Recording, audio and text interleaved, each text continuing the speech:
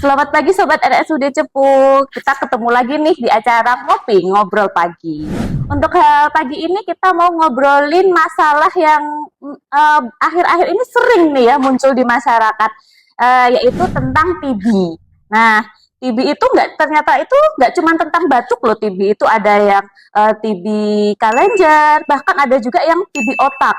Nah, banyak yang datang ke rumah sakit itu ada keluhan benjolan, tanpa batuk. Ada juga itu yang datang dengan keluhan nyeri punggungnya itu lama. Ternyata setelah diperiksa, lah kok TB? Nah, untuk meluruskan agar kita tahu lebih banyak tentang TB, nah sekarang hari ini kita ditemani oleh dokter spesialis penyakit paru dari RSUD Dr. R. Suprapto Cepu. Bersama kita sudah hadir yaitu Dr. Yudi Prasetya, spesialis penyakit paru. Selamat pagi dokter. Selamat pagi Mbak. Ya. Dokter, Ya. belakangan ini tuh banyak pasien yang datang, terutama ke RSUD Dr. R. Suprapto Cepu. Itu keluhannya itu ada benjolan. Setelah diperiksa, kok ternyata TB. Nah, itu bagaimana dok? Kok benjolan ternyata kok TB itu bagaimana dok? Ya, terima kasih ya Mbak Vila. Jadi untuk benjolan, terutama benjolan di leher, di ketiak, di pangkal paha, itu macam-macam jenisnya. Nah, untuk memastikan jenisnya itu, kita biasanya berkolaborasi dengan dokter bedah. Dari dokter bedah biasanya melakukan tindakan biopsi untuk menentukan benjolan tersebut itu apa penyebabnya. Satu, kemungkinan besar bisa jadi tumor, baik itu tumor jinak atau tumor yang ganas. Yang kedua, peradangan pada kelenjar tersebut atau inflamasi. Yang ketiga, biasanya penyebabnya itu TB. Nah, kami dari dokter paru atau dokter bedah menunggu dari hasil biakan atau dari hasil biopsinya tersebut untuk memastikan benjolannya tersebut itu apa. Kalau benjolan tersebut itu memang TB, ya harus diobati, namanya terdiagnosis secara biopsi PA atau limfadenitis TB. Ya, berarti itu termasuk jenisnya juga masuknya TB ya dok ya? Ya, secara perlu kita ketahui, TB itu secara umum ada dua, yaitu TB paru sama TB ekstra paru. TB paru yaitu TB yang menyerang paru, sedangkan TB ekstra paru, TB yang menyerang selain paru. TB ekstra paru itu bisa menyerang berbagai organ, kecuali apa? Ada dua yang nggak bisa, yaitu rambut sama kuku. Jadi semua organ tubuh kita itu bisa terkena TBC. Nah, pengobatannya juga sama pengobatannya. Namun untuk pengobatan yang TB ekstra paru kadang membutuhkan waktu yang jauh lebih panjang karena memang penetrasi obat ke jaringan itu jauh lebih berat dibandingkan langsung ke paru-paru seperti itu. Gini juga dok, ada pasien yang datang itu dengan benjolan, terdapat cairan di pleuranya. Nah, tapi nggak ada batuknya dok. Nah, setelah diperiksa, lah positif ini TB. Nah, kalau seperti itu ada nggak dok tanda-tandanya itu biar kita tahu oh ini tuh TB, ini bukan cairan biasa gitu loh dok. Jadi memang agak panjang ya kalau kita ngomongin masalah cairan atau efusi pleura. Jadi efusi pleura yaitu timbunan cairan di kavum pleura. Penyebabnya banyak banget. Cairan di paru-paru bisa karena TB, bisa karena keganasan, bisa karena infeksi yang non TBC juga bisa karena gangguan albumin, bisa karena gangguan elektrolit juga bisa. Nah, untuk memastikan hal itu semua, kita harus menegakkan pemeriksaan penunjang macam-macam ya. Kadang saya nemu pasien juga, dok saya nggak batuk. Nah, di ronsen langsung TB ya, gitu ya. Kan, dok, kaget. Ya, tapi gini, kalau cairan itu banyak. Kalau yang memang khas TB, itu cairannya ya penyebabnya TBC. Beda karena yang non TBC banyak itu tadi penyebabnya dari keganasan, kemudian dari hipoalbumin, gagal ginjal juga bisa, gagal jantung juga bisa, macam-macam. Kalau nih dok, saya orang awam nih ya, secara ini, oh ini nanti takutnya TB periksa aja. Nah itu tandanya gimana dok? Kira-kira sebagai orang awam gitu loh. Tandanya yang paling sering mungkin biasa nampak batuk atau sesek lebih dari 2 minggu. Kalau kita ngomong masalah efusi pleura, batuk atau sesek lebih dari 2 minggu. Terkadang yang efusi nggak tampak itu batuk atau sesek, tapi kadang yang jelas mungkin sebagai dokter punya insting, oh iki wajah TBC kelihatan udah ya, kelihatan. dokter sudah tahu ya, Dok, Iya, ya. biasanya kayak gitu. Jadi kayak wajahnya tuh letih, lemas, lesu, jalannya nggak kuat, posturnya kurus, itu udah kelihatan gitu ya, nampak. Dok, ya. Dari pemeriksaan juga kadang pasti seperti apa. Pemeriksaannya biasanya didapatkan redup di paru sebelah bawah karena dia itu cairan posisinya pasti di bawah karena ketarik gravitasi. Nah, untuk memastikannya biasanya kami di RSUD Cepu melakukan pemeriksaan ronsen untuk menegakkan oh ini penyebabnya apa gitu. seperti itu. Ya kan kembali lagi ke paru-paru. Nah gini Dok, itu kan TB itu dari paru-paru. Nah kok bisa Dok kok jaringan-jaringan yang lain itu gimana Dok? Iya. Jadi gini, sebenarnya penularan TBC itu secara airborne atau lewat udara, ya melalui droplet kecil-kecil itu. Nah, misalnya seseorang A yang kena TBC campur atau ketemu seseorang B, seseorang A itu batuk gitu, terhisap sama tubuh. Nah, setelah terhisap sama tubuh itu pinter, nggak langsung ketularan gitu nggak.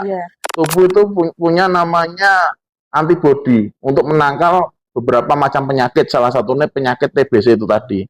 Kalau sistem imunitasnya dia kuat, dia akan bisa mengeliminasi dari TBC. Kalau sistem imunitasnya nggak baik, dia akan masuk ke paru-paru. Di paru-paru dia berkembang biak. Nah, bisa jadi di paru-paru ini aman, limfadenitif. Jadi paru-paru ini resik, ini kena juga bisa. Jadi mirip kayak kita nyebar bibit di lokasi A, lokasi B itu beda-beda. Lokasi A mungkin nggak cocok, karena apa? Lokasi A kelembabannya kurang, sehingga bibitnya nggak bisa tumbuh. Maksudnya bibit itu kuman TBC itu tadi. Tapi di lokasi B, loh ini cocok, ini lokasi ini banyak airnya, banyak makanannya, banyak nutrisinya, kembanglah di situ. Sama, saya punya pasien juga, parune nggak apa-apa, tapi ternyata benjolan di sini limfadenitis TB. Berarti limfadenitis sini TBC, sini kosong, nggak TBC. Tapi ada juga yang terdiagnosis ini nih, misalnya benjolannya TBC di di parune dicek juga dahaknya positif. Jadi diagnosisnya dua, TBC paru plus TBC kelenjar. Oh, berarti tadi sebut TB ekstra tadi ya Dok? Iya, TB ekstra. Oh, kalau TB ekstra itu pola hidup, iya nggak sih? Ini kan sekarang Gen Z ini loh Dok, kan senangnya ngopi, kayak gitu loh Dok. Sebenarnya ya, ketika seseorang yang positif TBC batuk, kemungkinan seseorang kena TBC itu kalau sistem imunitasnya baik itu mungkin sekitar 5 atau 10% kalau sistem imunitas baik. Sebenarnya kalau dipikir-pikir ini ya Dok ya susah juga susah. Iya ya Dok susah. Ya. Tidak gampang tertular gitu lah ya Dok ada ya. beberapa hal yang menyebabkan seseorang itu gampang tertular, yaitu terkait sistem imunitas tubuh yang nggak baik. Sistem imunitas tubuh yang nggak baik dipengaruhi oleh beberapa hal. Satu, pola hidup atau pola makan seperti apa, terus aktivitas fisik, misalnya sering begadang dan lain-lain, terus istirahat yang kurang, itu menyebabkan sistem imunitasnya dia tidak baik, sehingga apa? Rentan terjadi penularan berbagai macam penyakit, baik itu penyakit TBC atau penyakit non TBC. Gitu ya Dok. Iya ya. Terus untuk TB kelenjar ya Dok ya. Ini kan orang itu berpikir kalau TB kelenjar itu mungkin itu tumor atau enggak kanker. Nah, itu bedanya sama kanker atau tumor itu gimana? Iya. Kalau tumor atau kanker, satu, perkembangannya pasti cepat. Cepat perkembangannya. Terus yang kedua, terkadang ada nyeri. Oh gitu ya Dok. Iya, nyeri, pasti nyeri. Oh, berarti kalau TB yang misal gini ya, mungkin yang sering mame gitu ya. Oh iya. Itu saya di sini ada beberapa dapat pasien yang mastitis TB atau TBC payudara. Jadi payudara kena TBC atau tumor gitu kan misalnya gitu ya. Kalau tumor cenderung nyeri. Nyeri biasanya menjalar ke arah sini dan benjolannya itu makin lama makin nambah gede. Oh, gitu. Nah, untuk memastikannya itu tetap kita hasil PA. Biasa kita kolaborasi sama dokter bedah operasi untuk biopsi tunggu hasilnya apa? Curiga ke arah tumor kan banyak macam-macam ya. Nanti kompetensinya dokter bedah.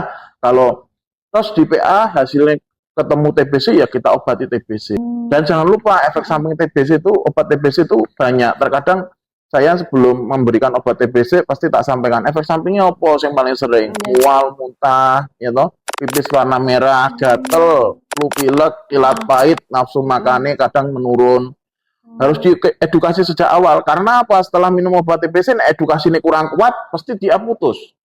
Ya, harapannya apa? Obat TBC tuntas, pasiennya sembuh, kita juga ikut seneng gitu. Jadi kepuasan seorang dokter itu kadang nggak serta-merta itu ya. Lihat pasien senyum, lihat pasien sembuh, alhamdulillah. Gitu. Iya. Ya. Dok, ini kan tadi kan TB kalian contohnya tadi di payudara pada perempuan.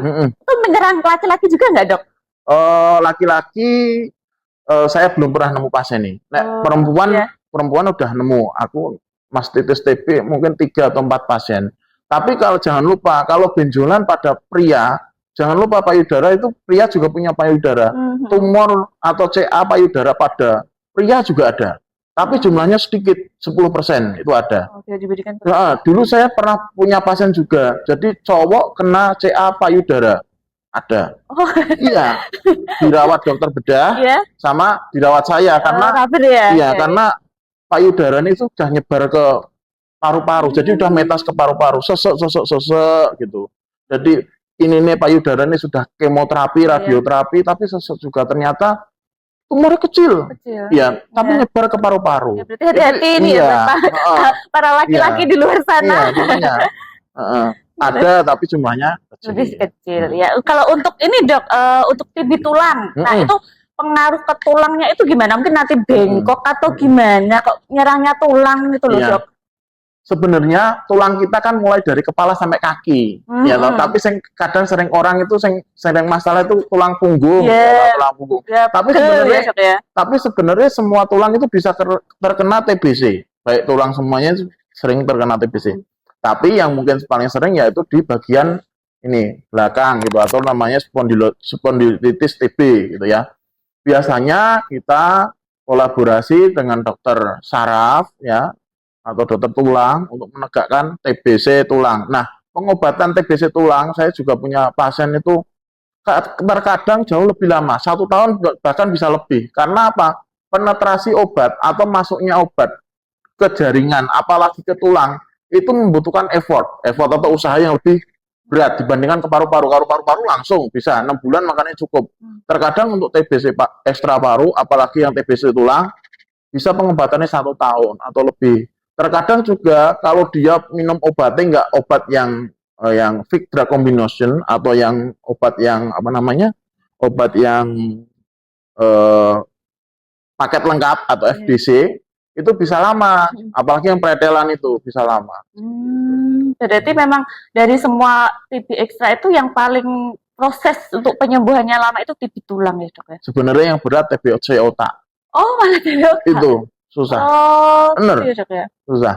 Saya punya pasien TBC otak itu rata-rata berat. Ya, karena apa? Pasti pasien TBC otak dia nyerang otak, pasti rata-rata kesadarannya menurun. Ya, langsung otak pusat. Otak pusat semuanya. Itu yang paling berat TBC otak. Dari semua hal itu TBC otak. Gitu. Dok, ini masyarakat tuh masih banyak ini ya, Dok, bingung ya. Kalau untuk TB paru kan seperti tadi dokter ngendikan ya, batuk, terus kehirup, keserap. Ya untuk TB yang lain, Dok, TB ekstra yang lain itu proses penularannya bagaimana gitu, Dok? Dia masuk ke serap. Diserap kalau dieliminasi dia oke, nggak tertular. Tapi kalau sistem imunitas nggak bisa mengeliminasi, dia akan masuk ke paru-paru, berkembang di paru-paru. Paru-paru lingkungannya cocok nggak? Nek cocok, dia tumbuh di paru-paru. Nek nggak cocok, kuman ini juga pinter. Melok aliran darah.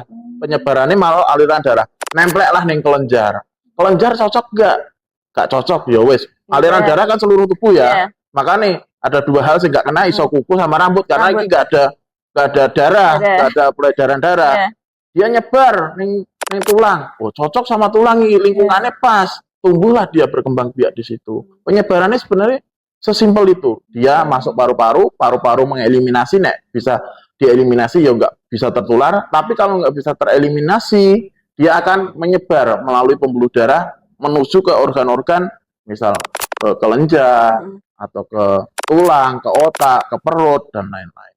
Berarti intinya ya menularnya dari lewat sama ya, Dok. Iya. Cuman yang TB ekstra itu kan mencari tempat. Iya, cari gitu, tempat. Ya.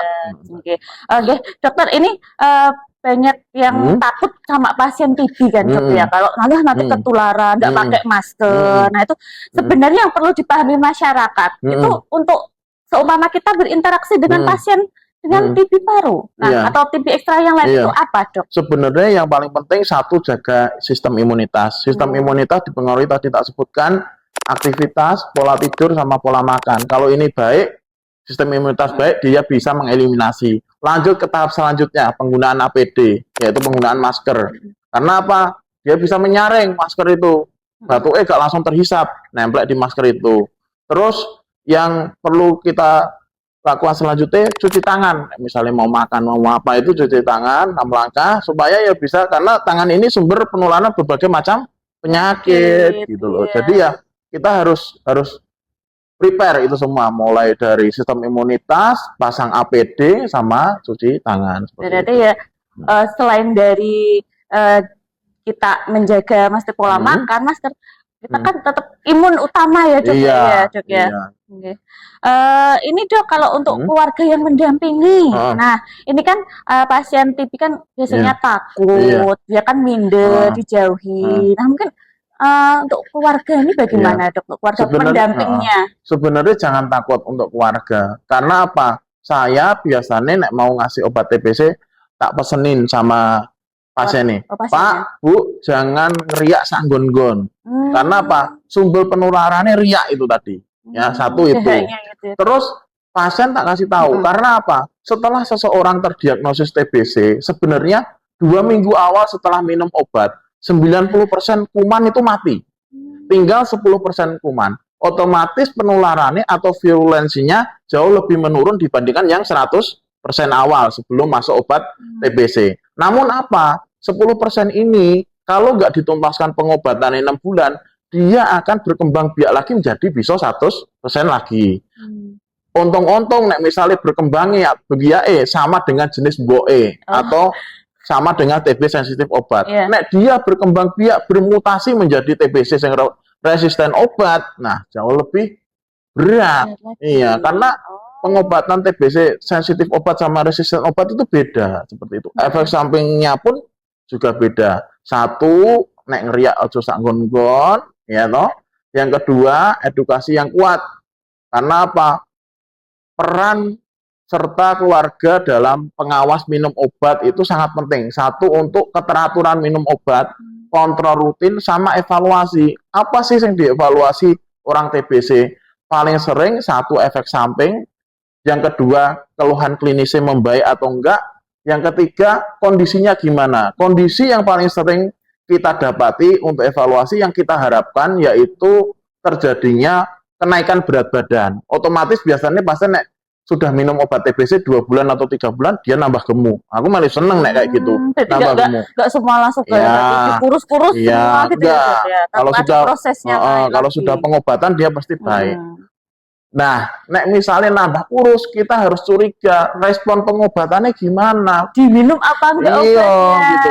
Responnya seperti itu. Makme gimana? Jadi perlunya itu keluarga juga penting sebagai support system ya. Keluarga, terus dari dokter juga evaluasi klinisnya gimana tiap bulan. Ini dok, untuk pasien seumpama sudah terdiagnosa oleh TB ekstra paru. Nah, seperti itu, ini biar masyarakat tahu dok, pemeriksaannya terutama di rumah sakit Cepu itu apa saja? Karena mungkin mau periksa, nanti diperiksanya macam-macam, apa prosesnya. Nah, itu apa aja dok yang perlu diperiksa dok? Jadi kalau TBC paru, pendiagnosisnya atau kurs standarnya ya pakai cek dahak atau sputum TCM ya. Tapi kalau TBC yang macam-macam, misalnya kita satu ngomong TBC kelenjar, baik itu payudara, mame ya, atau TBC kelenjar ini leher dan lain-lain, itu penegakannya lewat hasil biopsi PA, gitu ya. Hasil biopsi PA menunjukkan apa ya? Itu TBC yang kelenjar. Terus TBC misalnya perut, ya juga namanya peritonitis TB. Pendiagnosisnya yaitu biasanya kita bisa pakai USG abdomen atau penggunaan CT scan untuk memastikan ini perutnya kenapa gitu. Jadi diagnosisnya seperti itu. Atau yang selanjutnya misalnya TBC otak, bisa digunakan CT scan juga untuk memastikan kepalanya kenapa? Apakah orang penurunan kesadaran kan macam-macam ya, bisa karena TBC atau bisa karena stroke ya, atau macam-macam penurunan kesadaran. Terus untuk pengobatan TB ekstra itu ekstra paru itu apa lebih lama Dok kalau dibandingkan yang lain? Sebenarnya lebih lama ya. Saya biasanya untuk TB ekstra paru itu pengobatannya minimal 9 bulan. Ya karena apa? Penetrasi obatnya itu jauh lebih lama. Namun memang berdasarkan data, pengobatan 6 bulan itu juga bisa dikatakan pengobatan TBC lengkap. Tetapi kita bisa perpanjang sampai 9 bulan. Karena apa? Tingkat kesembuhannya jauh lebih tinggi. Berdasarkan penelitian, kalau TBC ekstra paru yang misalnya limfadenitis TB, itu penyembuhannya 70%, 70, berapa? 77 atau 76% gitu. Tapi kalau 9 bulan bisa sampai 90%. Tadi kan dokter lebih ke obat harus diminum teratur, sama keluarga juga harus support system ya Dok ya. Efek kalau tiba-tiba lupa minum obat, lupa sehari nggak minum ya udah nggak apa-apa, sehari lah nggak minum. Nah itu gimana gitu Dok? Karena apa ya Mbak? Resikonya apa nggak minum obat? Satu, kesembuhannya kiye ya toh. Sing minum obat terkadang rutin sampai 6 bulan aja, terkadang nggak sembuh akhirnya ya toh. Apalagi nek minumnya dangtek atau kelewat seperti itu. Satu, kita tanyakan masalah outcome atau kesembuhan pasien TBC tersebut. Yang kedua, masalah resistensi obat atau TB resisten. Takutnya apa? Kuman sing ini tadi itu berkembang menjadi TBC yang kebal obat. Gak mempan meneh dikasih obat yang tadi harus naik grade gitu loh. Gitu. Yang kita takutkan itu. Makanya satu, kita edukasi kepada pasien seperti itu. Yang kedua, PMO, pengawas minum obat, supaya di rumah ada yang mengingatkan. Gitu. Ini Dok, mungkin dokter ada ini ya Dok, pesan untuk mungkin masyarakat di luar sana yang mungkin ada keluhan punggungnya sakit, ada benjolan, itu biar nggak malu datang ke rumah sakit untuk periksa, biar tidak takut dokter. Itu apa Dok, mungkin ada pesan dari dokter? Sebenarnya nggak usah takut ya, karena apa? Nek kita sakit ya diobati. Salah satu diobati, salah satu ikhtiar kita ya datang ya. Nek nggak mau ke rumah sakit ya ke puskesmas dulu, diperiksa di puskesmas apa penyebabnya. Nanti kalau puskesmas misalnya kesulitan, pasti akan merujuk ke rumah sakit terdekat. Nah, dari rumah sakit terdekat itu akan melakukan tindakan diagnostik lebih lanjut.